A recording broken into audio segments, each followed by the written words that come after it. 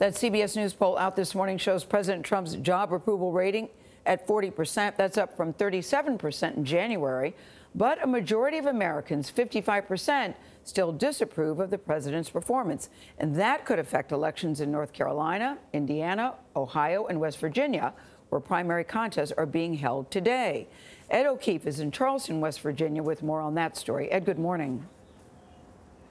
Gayle, good morning. All those races across the country, but it's what's happening here in West Virginia that has top Republicans concerned. There's a candidate named Don Blankenship.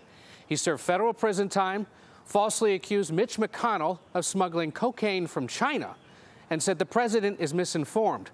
Despite all that, he might end up to be the Republican nominee for U.S. Senate.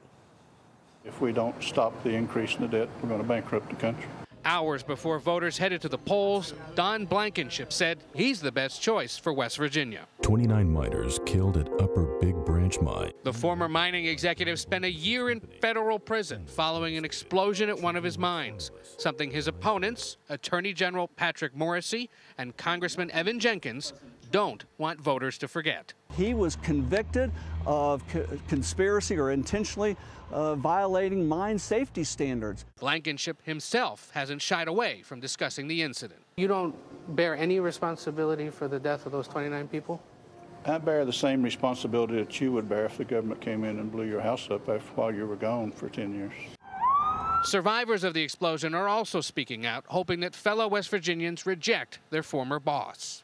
I actually cried. I said, man, this man just won't quit. Goose Stewart was in the Upper Big Branch mine the day of the blast. I remember him getting those initial 9 guys outside. I remember picking them up and carrying them. I remember doing CPR on them. Despite his past, Blankenship has momentum, and some surveys suggest he could win. He worked hard, he applied himself, and he became successful. And I say more power to him. President Trump even tweeted his concerns, urging West Virginians not to vote for Blankenship. The candidate told us that the president had been fed fake news. Remember, the president won this state by more than 40 points in 2016. That's why Republicans think they've got a good shot at defeating Democrat Joe Manchin. They worry, however, Blankenship could spoil those chances. John? It's a fascinating race. Ed, thank you so much.